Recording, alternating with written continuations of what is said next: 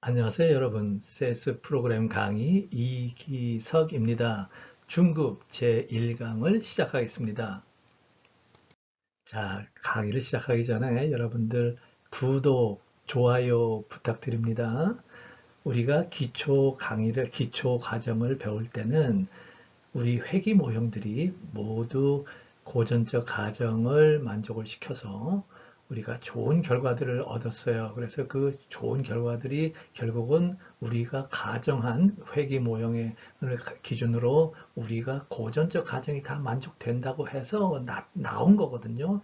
그런데 이제는 중급에서는 고전적 가정 중에서 특히 세 번째 가정을 만족 못 시키는 경우도 있다. 그렇다면 이 만족 못 시키는지, 만족을 시키는지 어떻게 알 것이며 그런 테스트가 있는지 그거를 배우고 또 나중에는 이 고전적 가정이 만족이 안 됐을 때 그러면 OLS라는 방법으로 그래도 우리가 그 파라미터들을 추정하고 우리가 했던 대로 규모 가설을 테스트하고 이런 것들을 그대로 할 수 있는지 이런 것들을 또 알아보겠습니다. 그래야 사실은 기초가 아닌 중급으로 되거든요. 그래서 이제 중급의 첫째 강의인데 이 중급의 첫째 강의에서 기초 과정에서 우리가 한 그 고전적 가정들을 다시 한번 이렇게 돌아보면서 어떤 것들이 있었는지 한번 다시 살펴보죠. 1번 회귀 모형의 개수를 OLS 방법으로 Ordinary Least Squares 방법으로 추정하는데 우리 무슨 가정했어요? 가정 없었습니다. 예, 다시 한번 여러분들 리마인드 해보세요. 두 번째, 표준 에러, 스탠다드 에러라는 거죠. 이 표준 에러를 계산할 때 어떤 고전적 가정을 썼는지 세 가지 다 썼습니다. 가정 넘버 원, 넘버 투, 넘버 쓰리 이런 것들은 나중에 또 말씀드릴게. 세 가지 다 썼어요. t value를 계산할 때는 고전적 가정 세 가지 다 썼어요. 왜냐하면 사실은 t value는 뭐였어요? 우리가 simple regression 모델에서 b를 추정했잖아요. 베타를 추정했는데 베타의 추정치 b를 스탠다드 에러로 나누면 b 나누기 스탠다드 에러 하면 그게 뭐였어요? 그게 t 값이었죠. t value였죠. 그래서 결국은 b는 가정 하나도 없이 우리가 구하지만 스탠다드 에러는 가정 세 가지, 고전적 가정 세 가지가 다 필요하기 때문에 t값 계산할 때도 결국은 고전적 가정 세 가지가 다 필요하다 했고, 그 다음에 소위 말하는 p값, p-value, probability greater than absolute value t 이렇게 나온 거, 이거 계산할 때는 무슨 가정? 고전적 가정 세 가지 더하기 또 한 가지가 더 필요했죠. 정규분포라는 가정, 에라텀이 정규분포를 갖는다는 네 가지 가정이 필요했습니다. 그러면 이 고전적 가정 세 가지 중에서 하나라도 만족 못 시키면 어떻게 돼요? 표준 에러 틀렸습니다. 사실은 표준 에러를 구할 수가 없어요. 예, 여러분들 수학적으로 이렇게 보면 구할 수가 없고, 그러면 표준 에러를 구할 수가 없으면 어떻게 돼요? t 값도 구할 수가 없고, 그 다음에 p 값도 구할 수가 없는 거죠. 그러니까 이렇게 고전적 가정이 굉장히 중요해요. 거기에다가 이렇게 구할 수 없으니까 어떻게 해요? 더 중요한 건 사실은 모든 컴퓨터 프로그램들이 고전적 가정이 다 만족이 된다 하고서 프로그래밍을 해놨기 때문에 그냥 우리는 고전적 가정이, 이걸 컴퓨터는 고전적 가정이 진짜 만족이 됐는지 안 됐는지 아무 상관없어요. 실제로 수학적으로 하면 만족이 안 되는데 그래도 상관없습니다. 그냥 그 고지god대로 가정이 만족됐다는 그 가정 하에 그냥 계산해요. 그래서 그럼 계산할 때 그 값들, 계산식들은 어떠냐? 고전적 가정이 만족됐을 때 나온 식들이기 때문에 사실은 그 식들을 쓰면 안 되죠. 그렇지만 우리 세스든 무슨 프로그램이든 다 회귀 분석을 하는 것들은 전부 고전적 가정이 만족이 됐다는 것을 가정하고서 다 계산하기 때문에 그 계산된 값들은 어떻게 해요? 틀린 거죠. 다 틀린 거예요. 허상이죠. 예. 그래서 우리가 이것을 알아야 되는데 고전적 가정 중에서도 특히 세 번째 가정이 우리 경제 관련 데이터에서는 아주 많이 나오는 고전적 가정, 세 번째 가정을 만족을 못 시킨다 한다는 것이 잘 알려져 있습니다. 그래서 우리가 이제 고전적 가정, 특히 세 번째 고전적 가정을 만족을 시키는지 못하는지를 우리가 알아야 되는데 그 아는 방법이 테스트죠. 여기서 나오는 더빈 왓슨 D 테스트라는 겁니다. 그래서 D 테스트는 어떻게 하느냐? 이렇게 합니다. 우선 D 값을 구해야죠. 그래서 D 값은 어떻게 구해? 거기에 있는 것처럼 소위 말하는 residual, 이제 셋에서는 에러라고 그러죠. 에러를 first difference 해서 그 분자의 et 빼기 et-1을 해서 빼서 제곱을 합니다. 그래서 t는 2부터 n까지 다 더하고요. 그 다음에 분모에는 et를 그냥 제곱을 해서 t1부터 n까지 다 더합니다. 그래서 이 비교 분자 분모로 된 요 분수를 d로 합니다. d 값이라고 하죠. 그래서 이 d 값을 가지고 이제 테스트를 하는 건데 d 값은 어떻게 되느냐? 이거는 d 값은 0부터 4까지 나올 수 있는 그런 테스트 스태티스틱인데 0부터 2까지는 자기 상관이 에라텀의 오차항의 자기 상관이 플러스인 경우고 d 값이 2에서 4까지 나오면 2보다는 크지만 4 이내에 있을 때 이때는 뭐냐 오토코릴레이션 파라미터가 마이너스인 경우입니다. 그래서 이게 좌우로 대칭이 되어 있는데 2를 중심으로 d 값이 얼마냐에 따라서 2보다 작으냐 2보다 크냐에 따라서 여기 있는 알파 햇이라는 오토코릴레이션, 퍼스트 오더 오토코릴레이션의 값이 알파 햇인데 이 알파 햇으로 사실은 d 값을 계산도 할 수 있어야 돼.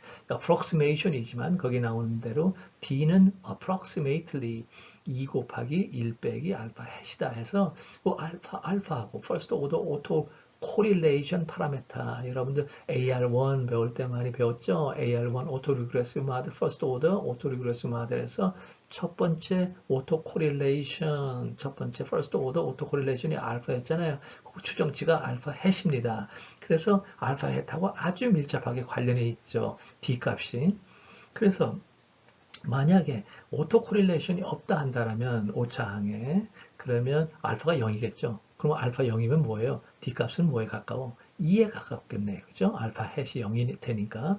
그리고 만약에 알파가 1이라면 1에 가깝다면 아주 심한 오토 코릴레이션이죠. 그렇다면 뭐에 가깝겠어요? 만약에 1에 가깝다면 D 값은 0에 가까워지죠. 더빈 왓슨 D 값은. 그러니까 여러분들 더빈 왓슨 D 값을 이제 CS가 계산해 줄 텐데 이 계산한 값이 0에 가깝다는 것은 우리 데이터에 오토콜레이션 에라텀의 오토콜레이션이 아주 심각하게 있네. 이렇게 알아차려야 됩니다. 그러니까 D 값이 2에 가까울수록 좋은 거고 오토콜레이션이 별로 없는 거고 0에 가까울수록 오토콜레이션 플러스 오토콜레이션이 아주 심하게 있는 겁니다. 그래서 우리가 구간을 봤는데 더빈 왓슨 D가 이제 D를 가지고 어떻게 판단을 해야 되나 규모가설이 뭐고 규모가설을 기각해야 되는지 기각을 못하는지 뭐 이런 것들을 이제 여러분들한테 여기 소개했어요. 만약에 D 값이 0에서 DL, L은 lower bound, D의 lower bound 값인데 우리가 사실은 이 lower bound가 얼마예요? 하고 물을 필요도 없어요. 사실은 CS가 이제 probability를 다 계산해 주거든요. 그래서 우리가 이제 실제로 기각하는지 기각 못하는지는 probability 값 보고 하면 됩니다. 그래서 그래도 이제 요 D 값이라는 것이 이제 랜덤 베리어블인데 어떤 식의 이런 디스트리뷰션을 가는지는 이제 우리가 알고 있어야 되니까 그래서 DL 로어 바운드 사이면 0에서 로어 바운드 사이면 어떻게 해요? 알파가 0이라는 알파 나시 규모가설이 0이라는 오토콜레이션이 없다는 것을 기각하고 알파가 0보다 크다는 뭐예요? 규모가설 기각함 대신에 대안가설을 채택하는 거죠. 그래서 알파가 0보다 큰 대안가설을 채택하고죠. 그 다음에 아까 얘기한 대로 D 값이 0에 가까울수록 강한 자기상관이 플러스 자기상관이죠. 양의 자기상관이 존재한다는 걸 알 수 있고 만약에 D 값이 DL하고 DU 사이에 있으면 D 값이 거기에 떨어지면 뭐예요? 이거는 이럴 수도 있고 저럴 수도 있고 어떻게 컨클루시브하지 않고 인컨클루시브하다. 판단은 유보해야 된다. 이것도 아니고 저것도 아니다. 이런 사실 이제 이런 겁니다. 그래서 기각도 못하고 그렇다고 해서 기각 못한다고 해서 이걸 어떻게 뭐 소위 말하는 accept 할 수도 없는 거고 그런 경우고요. 만약에 D 값이 2에 가까워 DU에서 DE 사이에 있다라면 알파가 0이라는 규모가설 기각을 못하는 거죠. 2에 가까우면 뭐라고 했어요 아까? 그럼 D 값이 2에 가까우면 알파가 0에 가깝다는 거죠. 그래서 규모가설 알파 이퀄 0이라는 것을 기각을 못하는 거고 규모가설 만약에 마이너스 쪽으로 간다면 만약에 오토코릴레이션이 마이너스 값이다 그러면 이제 D 값이 2에서 4 마이너스 DU 사이에 떨어지면 알파가 0이라는 것을 기각을 못하고 만약에 4-du에서 4-dl lower bound, upper bound, upper bound보다는 크지만 4-dl lower bound보다는 작다 한다면 incongruive 똑같죠. 그러니까 아까 얘기한 대로 대칭이라고 그랬죠. symmetry라고. 그래서 판단을 유보해야 되고 만약에 마이너스 오토코레이션이 크다, 커서 4-DL부터 4 사이에 있는 D 값이라 한다면 뭐예요? 그러면 당연히 규모가설인 알파가 0이라는 규모가설을 reject 하면서 in favor of 대안가설, 마이너스 대안가설을 채택하는 거죠. 그러니까 여기에는 마이너스 오토코레이션이 있구나 한다고 이제 판단을 해야 되는 거죠. 참고로 거의 대부분의 경제 관련 데이터들은 양의 상관성이 있어요. 음은 거의 없습니다. 90% 이상이에요. 내가 이 경험적으로 보면 거의 대부분 다 양의 상관성이고 마이너스 오토코레이션은 거의 없습니다. 진짜. 여러분들이 이제 나중에 이거 디퍼런싱을 너무 많이 해서 한 번만 하면 되는데 두 번 했다 한다면 이제 음의 상관관계가 마이너스 오토코레이션이 생길 수 있지만 거의 없습니다. 그래서 여러분들이 그거는 그냥 상식으로 알아주고요. 그 다음에 만약에 이 확률값이 이제 CS가 확률값을 여러분들한테 가르쳐 주는데 D도 계산해주고 이제 확률값도 계산해주는데 당연히 그 확률값이 0.05보다 작으면 규모가설을 항상 규모가설을 기각하는 거고 0.05보다 크면 규모가설을 기각을 못하는 거죠. 그죠? 그래서 여러분들 보면 여기 슬래시 DWPROB 빨간색으로 한 거 여기 슬래시하고 DWPROB가 OB만 여기다 쓰면 돼. 그러면 더빈 왓슨 D 테스트를 그냥 뭐 그 결과값을 그대로 해줍니다. 써줍니다. 계산해 주죠. 그래서 더빈 왓슨 DW 그 다음에 PROB probability를 나한테 알려줘라, 계산해줘라 하는 명령이죠. 그래서 이제 CS 프로그래밍을 이제 보면 여러분들 요게 뭐냐면 여러분들이 그 제1강에 A 스페시픽하게 얘기를 하면 A13, A13강에 기초 13강에 있습니다. 거기에 Asymmetric Regression 모델이 있었죠. 그래서 여기 나온 것처럼 Asymmetric Regression 모델을 보면 뭐 똑같습니다. 요거하고 그러니까 그렇게 거기 A13강을 뭐 보고 싶으면 봐도 되고 거기서 뭐 우리 많이 했죠. IP 데이터 가지고서 많이 했고 FIFF 요 데이터 이자율 데이터 이거 아주 많이 했어요. 그래서 특히 FIFF 이자율은 4달 전 것이 그래서 그 밑에 보면 FIFF4가 있죠. 그죠? leg 4 해가지고 FIFF 요거는 뭐였어요? 4달 전기 거를 4달 전 거를 이제 FIFF4라는 이름으로 만들어서 우리가 사용 많이 했죠. 그죠? 왜 4달 전 거? 이렇게 해보니까 한 달 전 거나 뭐 똑같은 동월, 그러니까 같은 월에 그 값이나 아니면 한 달 전, 2달 전, 3달 전, 4달 전, 뭐 5달 전, 6달 전 이렇게 쭉 해봤더니 4달 전에 이자율이 가장 IPG의 산업 생산의 성장률에 가장 큰 영향을 주더라 해서 이제 FIFF4로 썼잖아요. 그죠? 그래서 FIFF4를 1차 차분한 게 DIF, FIFF4 해가지고 differencing 하는 펑션이죠. 그러죠? 그래서 DFIFF4라고 했고 이것이 만약에 DFIFF4가 요거는 DFIFF4는 뭐예요? 4달 전 이자율 빼기 5달 전 이자율이 되는 거죠. 그지? 그래서 5달 전보다 4달 전에 이자율이 상승했다. 예를 들면 1%에서 2%로 상승했다 하면 요게 해당되는 거지. 만약에 DFIFF4가 0보다 크면 then do 해가지고 FIFF4P는 FIFF4가 됐고 FIFF4N은 네거티브 포지티브 했어요. N은 0이 됐고 그래서 else do 해서 이제 반대로 한 거고 여러분들 기억나죠? 그래서 13강 했으니까 그거 한번 보면 되고 혹시 여러분들이 이 IP하고 FIFF4하고 FIFF하고 낯선 사람은 이 IP는 뭐라 그랬어요? 인더스트리얼 프로덕션의 IPG는 성장률 로그를 취해서 DIF 하면은 성장률이 된다고 했어요. 그죠? 그래서 성장률이고 그 다음에 FIFF는 Monthly Federal Funds Rate 혹시 여러분들 중에서 미국 데이터 자료 다운받고 업로드하기 뭐 이걸 다시 해야 된다 한다면 여기 Federal Funds Rate 할 때는 monthly 써야지 됩니다. monthly 안 쓰면 daily가 나옵니다. 이제 일별이지 이거는 월별이어야 되는데 일별이 나와요. 그래서 그걸 모르고서 그냥 이렇게 다운받아가지고 하다가는 꼭 에러 나와가지고 못합니다. 그래서 인더스트리얼 프로덕션은 monthly 출 필요는 없어요.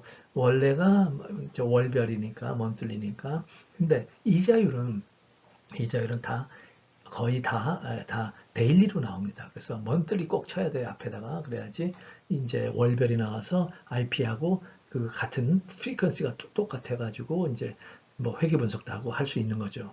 하나는 월별, 하나는 일별 하면 안 됩니다.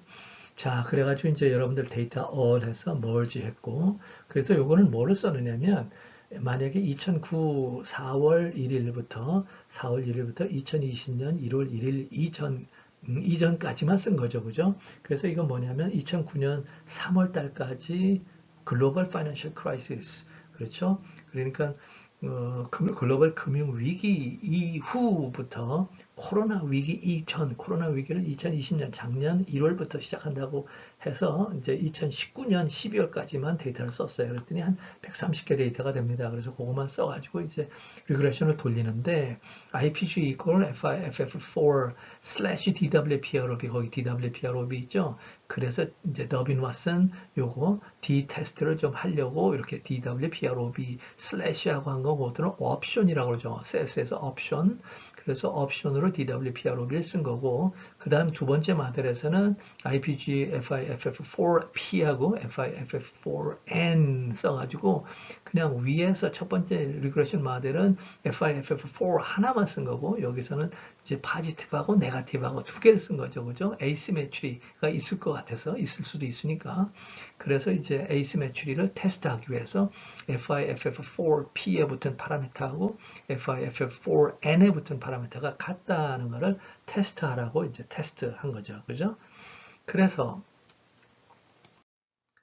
실제로 결과를 보면 IPG equal FIFF4 asymmetry가 아니라 symmetry 그러니까 FIFF4가 increase 상승하든 이자율이 상승하든 하락하든 상관없다. 그런 그것들이 상승할 때 임팩트 IPG에 주는 영향하고 하락할 때 IPG에 주는 영향하고 똑같다. 그래서 IPG4 아니 FIFF4P나 FIFF4N 따로 띄어서 한 게 아니라 그냥 하나로 했어요. 그죠? 그랬더니 T값 보세요. 별로 T값 마이너스 0.63밖에 안 돼. 그래서 이거 뭐예요? T 테스트 해도 FIF4가 IPG에 주는 유형이 뭐예요? 파라미터 베타죠. 그죠? 베타가 0이다 하는 거를 절대로 기각을 못 합니다. 아주 작아야 T값 작고 프로바빌리티 값은 굉장히 크고 0.05보다 작아야지 기각을 하는데 0.05의 10배, 10배. 그러니까 이건 뭐 이제는 페더럴 펀드 레이트 그 미국 연방준비제도 이자율이 전혀 IPG에 전혀 영향을 못 미친다. 이제 갔다.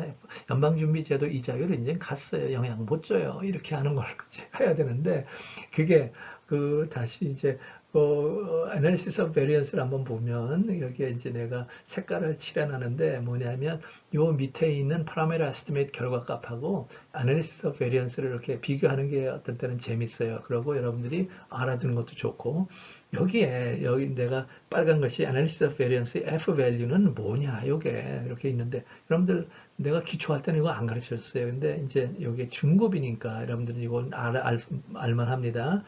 mean square 모델이 분자에 mean square error가 분모에 있는 이런 분수예요. 분수인데 분모에는 뭐가 있어? mean square error 여기 써 있죠. mean square하고 그 다음에 error가 있고 그 위에는 모델 이렇게 써 있잖아요.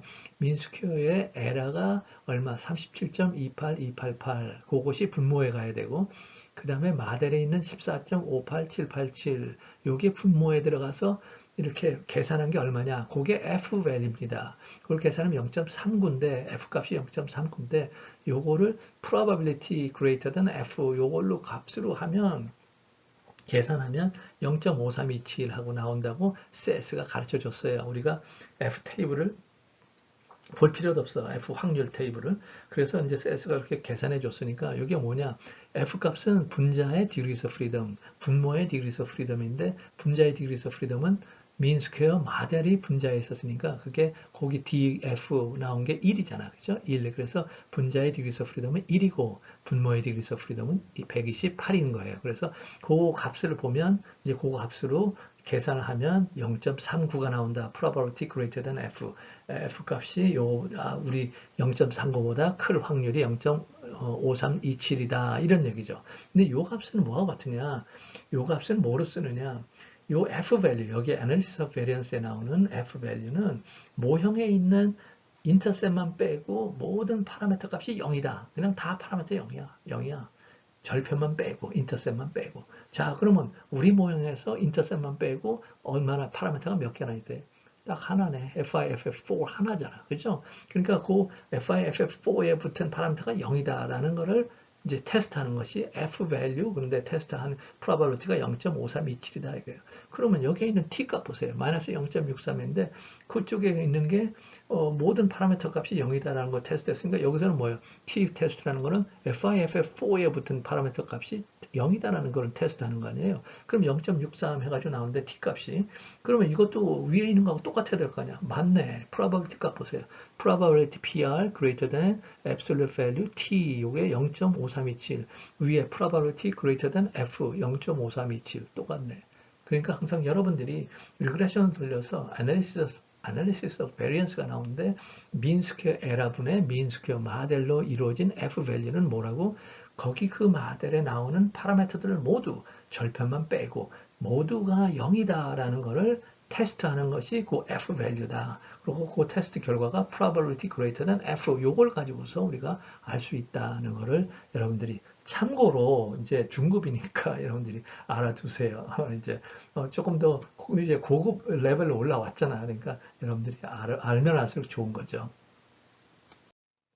자, 이게 이제 DWPROB 결과입니다. DWPROB 이렇게 쓰면 슬래시 DWPROB를 쓰면 요 값이 나옵니다. 그래서 너빈 왓슨 D 값이 1.728, 2에 가까울수록 이제 오토코레이션이 없다는 거였잖아. 그죠? 근데 1.7이니까 상당히 2에 가까운 것 같은데도 probability less than DW 요걸 봐야 돼요. less than DW 0.0494. 왜냐하면 D 값이 뭐예요? 2보다 작은 값이니까 무슨 오토코렐레이션, 파지티브 오토코렐레이션 양의 상관관계, 양의 오토코렐레이션이 있는 거죠, 그죠? 그리고 PR less than DW가 0.0494니까 0.05보다 작네. 그러니까 오토코렐레이션이 없다는 게 규모가설이에요. 여기 밑에 보세요.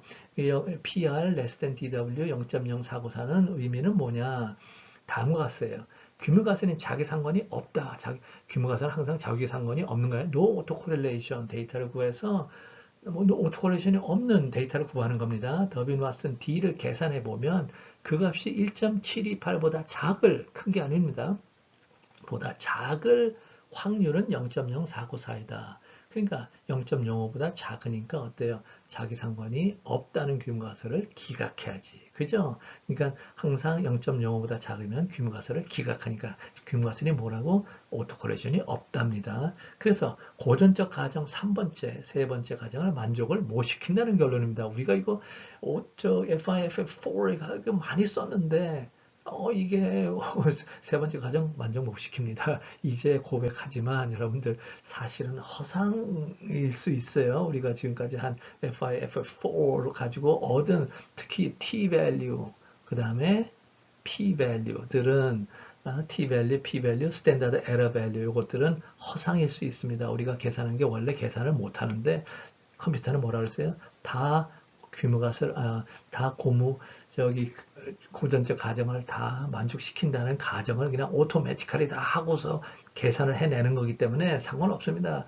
컴퓨터 프로그램은 뭐 그냥 오토매틱입니다. 그냥 고전적 가정? 난 몰라. 이거 이렇게만 계산하면 돼 하고 고전적 가정을 만족시킨다는 가정하에서 프로그램을 짠 사람들의 프로그래머 때문에 계산하는 거니까. 그래서 이제 한번 요거를 우리가 D값, DW, 더빈 왓슨의 D값은 어떻게 계산한다고 했어요? 2 곱하기 1 빼기 알파 햇으로도 계산해도 이제 비슷하다고 그랬으니까 그것을 해보니까 1.764가 나왔어. 여기에서 더빈 왓슨 D값을 SS가 계산한 거는 1.728인데 요거는 이제 아까 그 레이쇼 분자분모로 나온 D값 계산한 거 있었죠? 레지주얼로 그거로 계산하면 1.728이고 이렇게 간단하게 계산해서 알파 햇을 이용해서 계산한 거는 1.764로 요거보다는 1.728보다는 약간 크네요. 그죠? 자, 이제는 P하고 이제 asymmetric regression 모델을 가지고서 이제 한 거예요.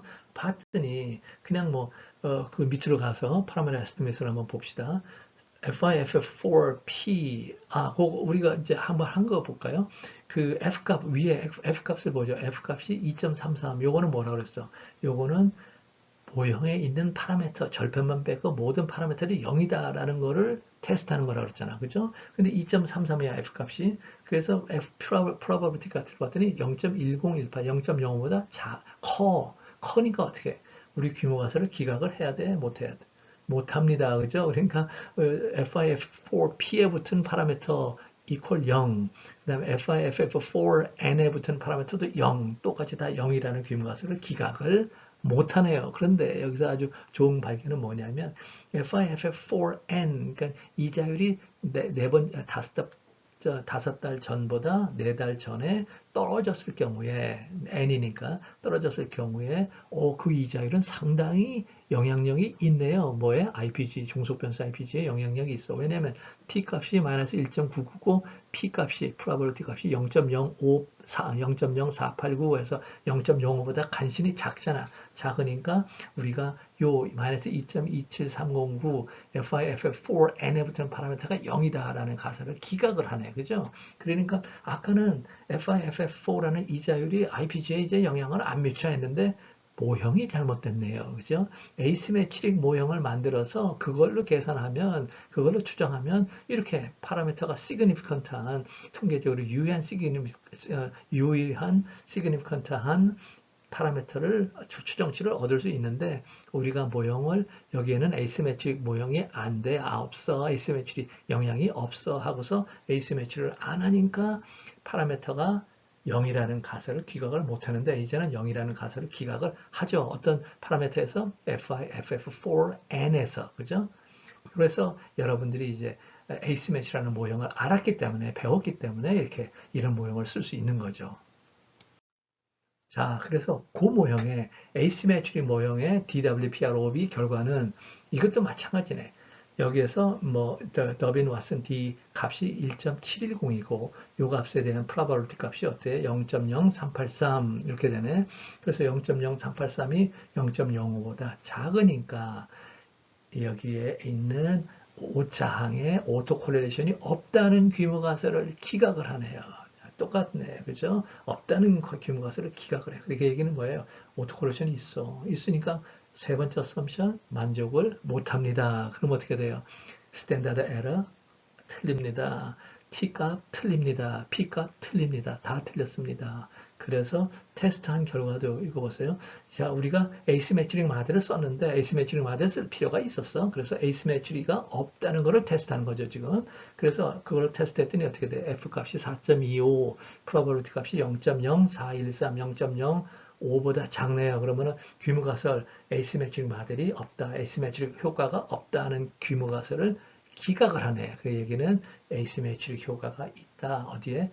FIFF라는 이자율에 FIFF4라는 4달 전 FIFF4 이자율에 에이시메트릭 에펙트가 있다는 걸로 우리가 이제 결론 지어야 되죠. 그리고 아쉽게도 규모가 아주 고전적 가정 3번째 가정이 억셉트가 안 된다는 것을 알 수가 있어요. 그죠? 자, 여러분들 수고 많았습니다. 우리 중급 제1강 첫 강을 우리가 마쳤습니다. 여러분들 구독, 좋아요 꼭 부탁드립니다. 고맙습니다.